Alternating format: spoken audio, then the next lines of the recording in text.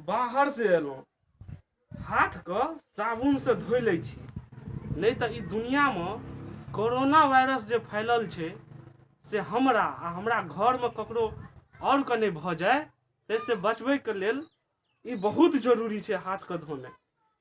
धोइ लै छी। करबै हो बाबू, ई दुनिया में कोई नहीं बचते यदि साबुन से हाथ नहीं धोब तो ई दुनिया में बचनाइ मुश्किल छै। सबको ककरो कोई नहीं बचत। हो महादेव, सब डॉक्टर सब फेल भ गेलै पूरा दुनिया के। ए कोरोना वायरस का दवाई अखन तक नहीं निकललै। से महादेव कृपा करह, तोरे पर आब सबका आस छै। तू जे तकबह तबे ई दुनिया आब बचते, नहीं तो ए दुनिया का बचनाइ आब प्रलय भ गेलै। महादेव कुछ रक्षा करह महादेव, रक्षा करह महादेव, कोनो उपाय करह महादेव, तोरे पास छै, तोरे पास आछे। कक्का हो ई की करे छक हो? धूर आन्हर, देखै नहीं छी साबुन से हाथ धोइ छियै। ई माल जाल वाला जाबी के नाक में लगेने छहक? ले आब एकरा अखन तक इहो नहीं बुझल छै जे ई मुखौटा किया हम लगेने छियै। रे बउआ, ई मुखौटा छियै, एकरा पूरा दुनिया में मास्क कहै छै। मास्क कहै छै? हाँ। मुदा ई सब करे के कोन जरूरी छै हो? कनी हमरो त बताबो। जरूर जरूर। चीन देश से एगो बीमारी एलै जे पूरा दुनिया में फैल गेल छै। आ तैसे भारत से ल क अमेरिका, इटली, पूरा दुनिया में लाखों लोग मर गेले। हइटे करा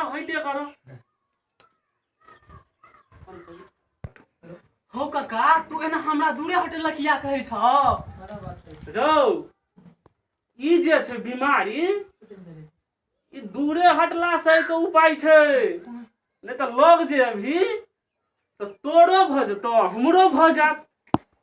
तै दुआरे हइटे करो, किया कि ई छूत के बीमारी छियै। कक्का ऐसे बचे के उपाय की छै हो?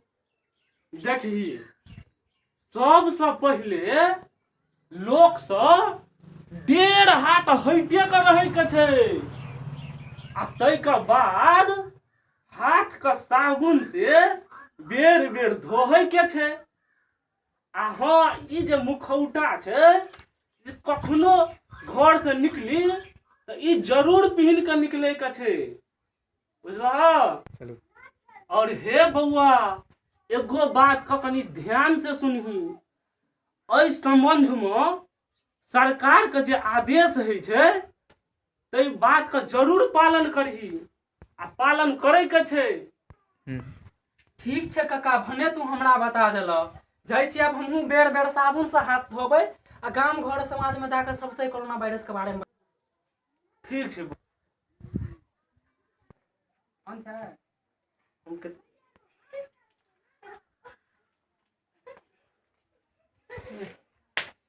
ई चीन जे छै से सबटा सामान आइ तक डुप्लीकेटे बनेलकै, लेकिन एकेटा सामान असली बनेलकै, जकर नाम छियै कोरोना वायरस। नमस्कार, हम छी प्रिंस परमेश्वर। नमस्कार, हम छी अमित चौपाल।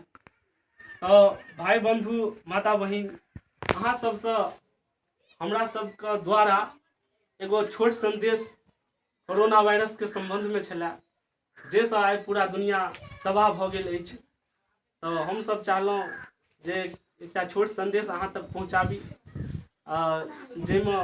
जैसे अहाँ सब कोरोना वायरस से बची, हमर देश बचा, दुनिया बचा।